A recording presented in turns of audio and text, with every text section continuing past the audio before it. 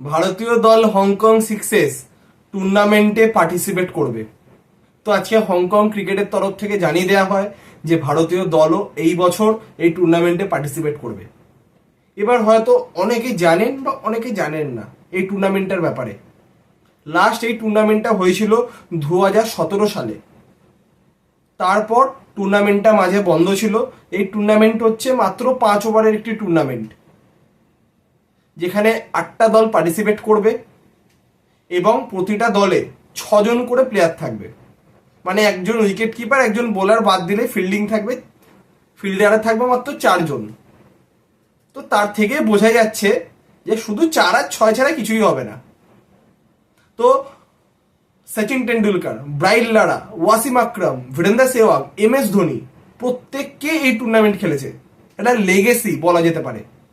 কারণ হচ্ছে এই বছরের টুর্নামেন্টটা হচ্ছে 20তম এডিশন, অর্থাৎ এর আগে 19 বার এই টুর্নামেন্ট অর্গানাইজ হয়ে গেছে।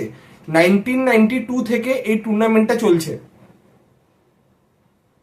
তো এবার প্রশ্ন, 6জন প্লেয়ার কে খেলবে ভারতীয় দলের হয়ে?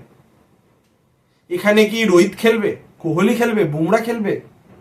কিন্তু এখানে একটা জিনিস কিন্তু মাথায় রাখতে হবে যে যেহেতু 6জনের টিম, উইকেট কিপার বাদে 5জনকে বোলিং করতেই হবে 1 ওভার করে।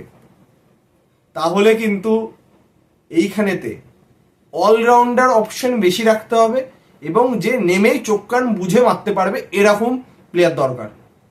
তো সেরকম প্লেয়ার কি হতে পারে 6জন? অবশ্যই কমেন্ট করে জানাবেন। তো এবার আসি টুর্নামেন্টের কিছু ডিটেলসে। এখন আমরা এই ভিডিওর মাধ্যমে টোটাল যে রুলস অ্যান্ড গাইডলাইন্স আছে সেই সমস্ত নিয়ে আলোচনা করব না।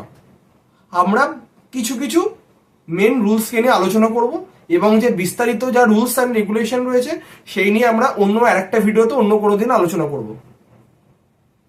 তো এই টুর্নামেন্টটা হবে নভেম্বরের 1 তারিখ থেকে 3 তারিখ অবধি, অর্থাৎ নিউজিল্যান্ড সিরিজ শেষ এবং বর্ডার গাভাস্কার ট্রফির মিডিলে এই টুর্নামেন্টটা হবে 3 দিনের, 5 ওভারে করে খেলা। তো ইজিলি 3 দিনের মধ্যে কমপ্লিট হয়ে যাবে। 8টা দেশ পার্টিসিপেট করবে। অলরেডি কিন্তু পাকিস্তান তাদের স্কোয়াড অ্যানাউন্স করে দিয়েছে। তো ভারতীয় দলও খেলবে এই টুর্নামেন্ট। তো 8টা দল পার্টিসিপেট করবে, 5 ওভার করে খেলা হবে এবং উইকেট কিপার বাদে 5জনকেই 1 ওভার করে বোলিং করতে হবে। It's mandatory. তো নেক্সট পয়েন্ট কি? যথারীতি যেমনি ক্রিকেটের নিয়ম অনুযায়ী প্রতি ওভারে 6 বল করেই হবে, কিন্তু ফাইনালে হবে কিন্তু 1 ওভার মানে 8 বল। তো নর্মাল ম্যাচগুলো 5 ওভার অর্থাৎ 5-6 30টা বল, কিন্তু ফাইনাল হবে 5x8 অর্থাৎ 40 বল। প্রতি ওভারে 8 বল করে কাউন্ট করা হবে। এটা একটা তাদের ক্ষেত্রে নিয়ম। আর একটা নিয়ম হচ্ছে কোনো প্লেয়ার যদি 31 ক্রস করে যায় তো সে আউট হোক বা না হোক তাকে মাঠ ছেড়ে উঠে যেতে হবে। মানে ম্যাক্সিমাম সে 31 করতে পারবে। এবার অনেকে বলবে যদি টিম যদি অল আউট হয়ে যায় তাহলে কি করবে? এখানেও পয়েন্ট আছে যে 31 যদি কোনো প্লেয়ার করে তাকে উঠে যেতে হবে যদি পরবর্তী ব্যাটসম্যানরা এখনো বেঁচে থাকে। যদি দেখা যায় যে টিম অল আউট হয়ে গেছে সেক্ষেত্রে তিনি আর একবার ব্যাটিং করতে আসতে পারবেন। কিন্তু যদি পরবর্তী ক্ষেত্রে যদি ব্যাটসম্যান থাকে তাহলে কিন্তু তিনি পারবেন না। তার ম্যাক্সিমাম স্কোর হবে 31। আরও বেশ কয়েকটা নিয়ম রয়েছে, সেই সব নিয়ে আমরা অন্য ভিডিওতে অতি অবশ্যই আলোচনা করব। তো 7 বছর পর এই টুর্নামেন্ট অর্গানাইজ হচ্ছে এবং ভারতীয় দল পার্টিসিপেট করবে। তো অ্যাজ আ ফ্যান আমরা খুবই খুশি।